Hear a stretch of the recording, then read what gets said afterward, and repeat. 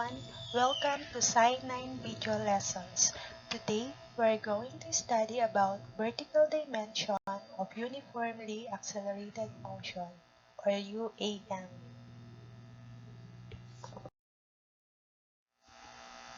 Our objectives: A.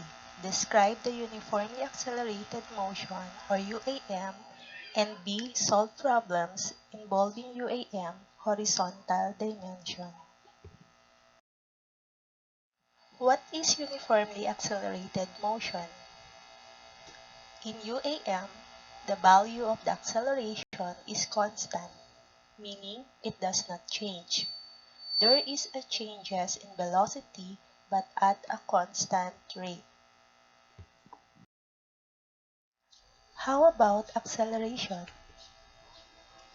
Acceleration is the rate of change in velocity with time. Formula: acceleration is equal to final velocity minus initial velocity divided by 2. There is also a vector quantity having both magnitude and direction. And what is free fall motion?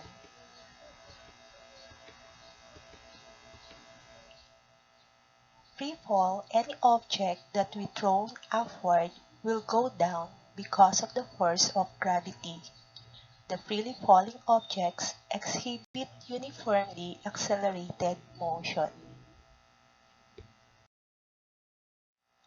As you can see in the illustration, the apple falls freely on the ground,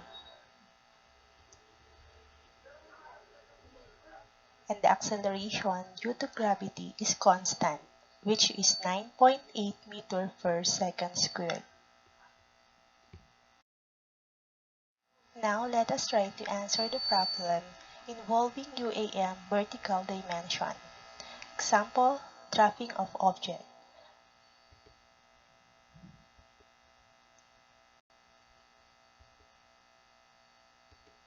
If we drop an object, the acceleration due to gravity is constant, which is 9.8 meters per second squared. We can determine the height of the building by solving the time, velocity, final velocity, and initial velocity.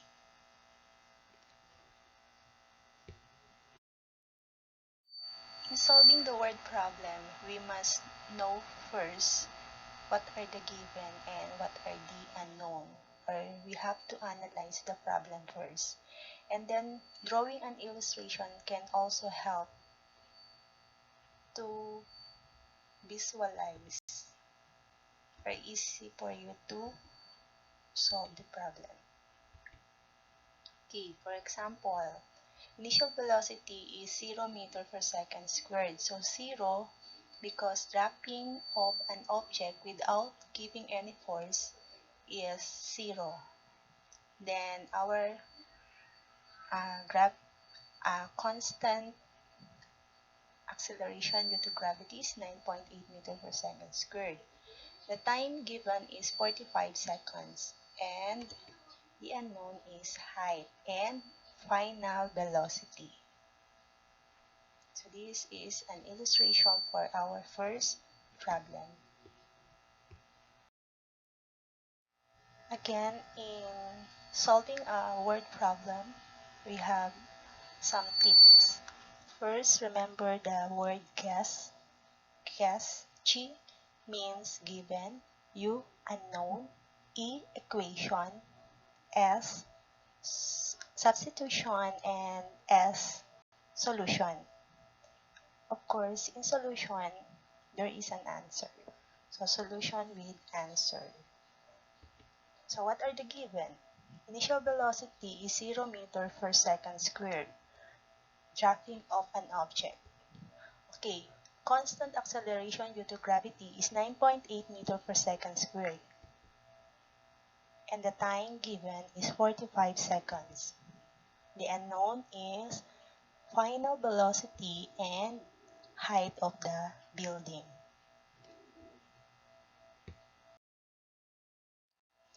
Alright, another one is E equation, and S substitution. The equations are already given, but we must know how to derive formulas. Okay, equation height is equal to initial velocity times time plus 1/2 AGT squared. For final velocity, square root of 2 AGH. So 2 times acceleration due to gravity times height. In final velocity, we need the value of height. So first solution that we're going to solve is, the first problem that we're going to solve is the height of the building. For substitution, so height is equal to 0 meter per second, the initial velocity is 0, times 45 seconds. So automatic, the answer is 0. So cancelled na in this part. Plus 1/2 times 9.8 meter per second squared times 45 seconds squared. Meaning to say 45 times 45 times by itself. Okay, so here is the solution. So the substitution.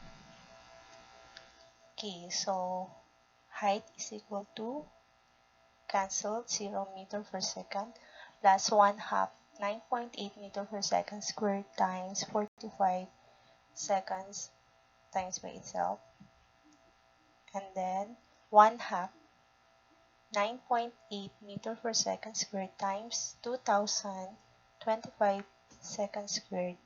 So cancel the second squared unit. And then the answer is 19,845 meter divided by 2.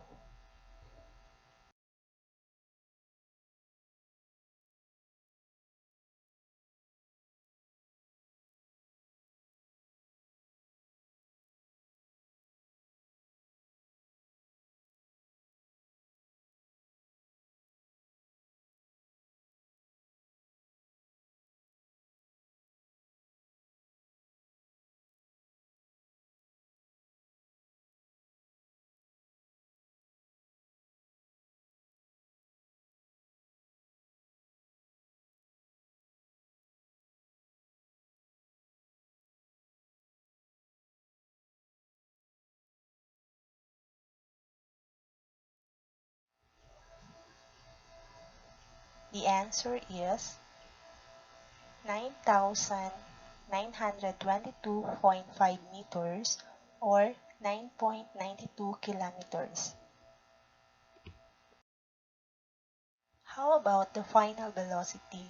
Since our formula is final velocity is equal to square root of 2AGH, we already have the value of height.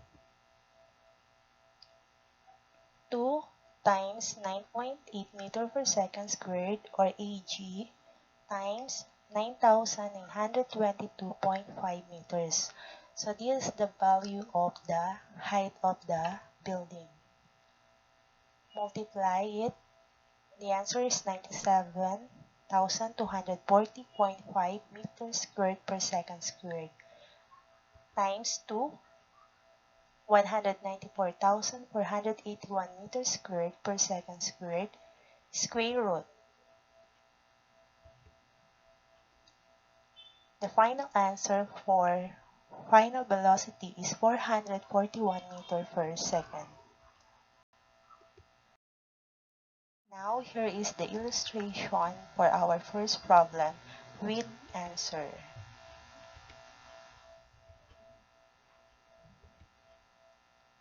Okay, the height of the building is 9,922.5 meters and the final velocity is 441 meters per second.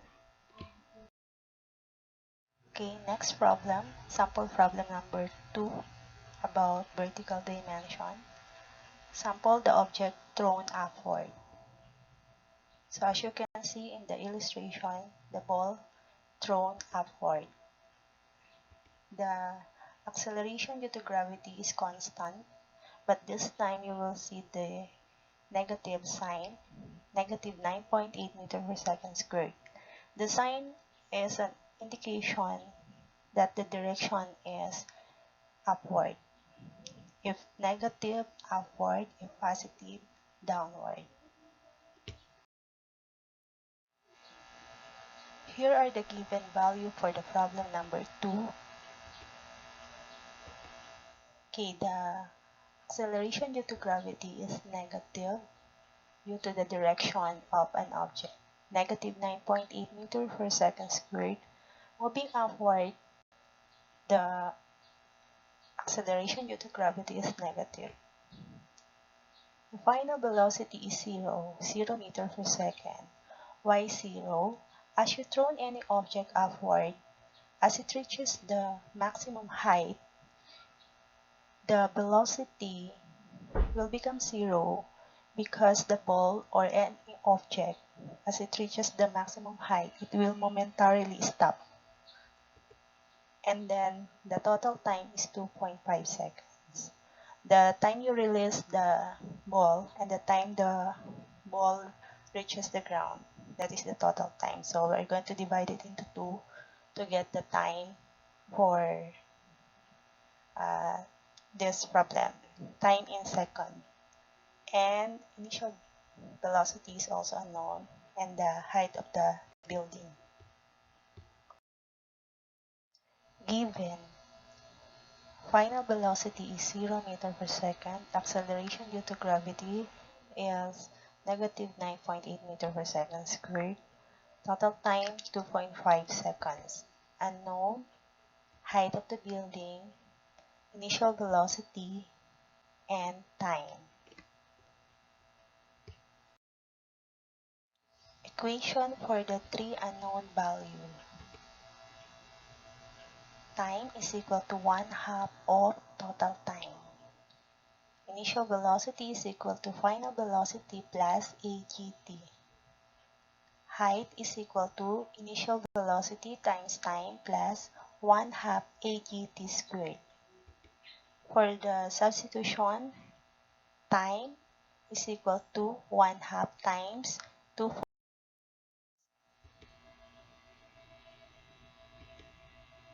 The answer is 1.25 seconds.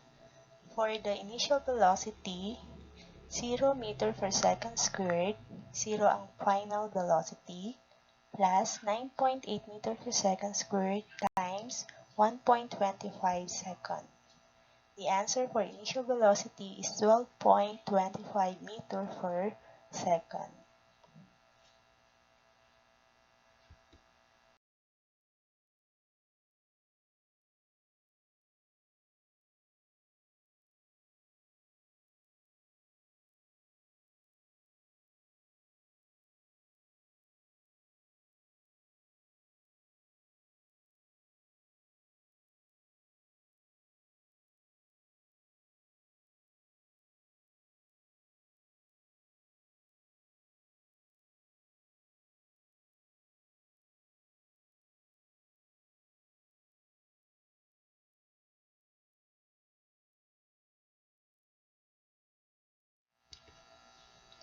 Substitution for formula in getting the height of the building.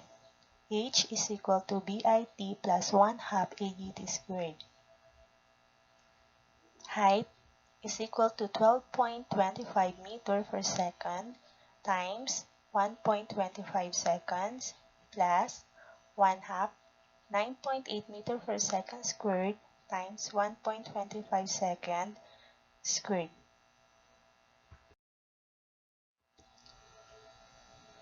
Solution.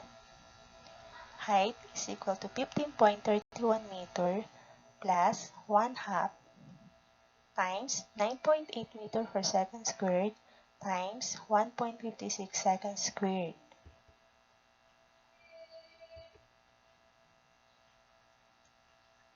Height is equal to 15.31 meter plus 1/2 times 15.29 meter.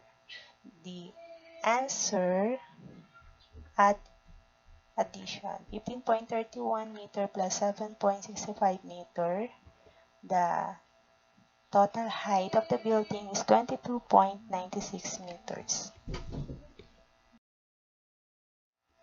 Now here is the illustration with final answers.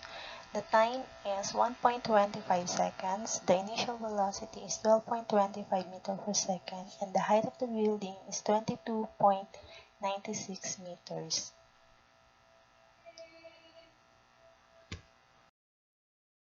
Now let's have an exercises. Remember, in solving a word problem, first we have to analyze it, draw an illustration about the problem, and then remember the word guess, given, unknown, equation, substitution, and solution with answer.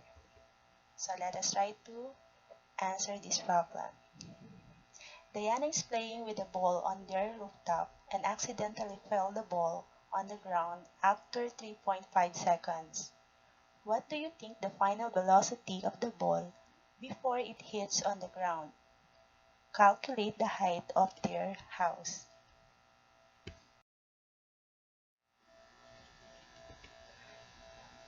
Problem number 2. Ron J. throw the ball vertically upward as high as he can and record the time as it reaches the ground. The total time is 3.5 seconds. What do you think the initial velocity of the ball before it hits on the ground? Now, try to answer the 10-item quiz. 1. What is the value of acceleration due to gravity? A. 0 meter per second. B. 0 meter per second squared. C. 9.8 meter per second squared. Or D. 5 meter per second squared. For number 2, Mary throws a ball vertically straight upward with an initial velocity of 5 meters per second. What is its velocity at the highest point? A. 0 meter per second. B. 0 meter per second squared. C. 9.8 meter per second squared. Or D. 5 meter per second squared. Number 3, if the ball is hit vertically upward, what is its acceleration after 1 second? A. 0 meter per second. B. 0 meter per second squared. C. 9.8 meter per second. Or D. 5 meter per second squared. For number 4, blank is the motion of an object with constant acceleration. A. Force. B. Motion. C. Constant motion. Or D. Uniformly accelerated motion. For number 5, in uniformly accelerated motion, which of the following quantities changes at constant rate in a body? A. Acceleration. B. Speed. C. Time. Or D. Velocity. Number 6. A coin was tossed vertically upward. What is its instantaneous speed as it reaches the maximum height? A. 0 meter per second. B. 0 meter per second squared. C. 9.8 meter per second squared. Or D. 5 meter per second squared. Number 7. Identify which of the following will exhibit uniformly accelerated motion. A. A sleeping dog. B. A falling apple. C. A ringing alarm clock. Or D. A hanging wall decor. Number 8. Identify which of the following will exhibit uniformly accelerated motion. A. A sleeping rabbit. B. A falling leaf. A. A ringing cell phone. Or D. A hanging wall clock. For number 9, Amira throws a ball vertically straight upward with an initial velocity of 6 meters per second. What is its acceleration at the highest point? A. 0 meter per second. B. 6 meters per second. C. 9.8 meters per second squared. Or D. Negative 9.8 meters per second squared. Last question. Amara throws a ball vertically straight upward with an initial velocity 8 meter per second. What is its velocity at the highest point? A. 0 meter per second, B. 8 meter per second, C. 9.8 meter per second squared, or D. Negative 9.8 meter per second squared.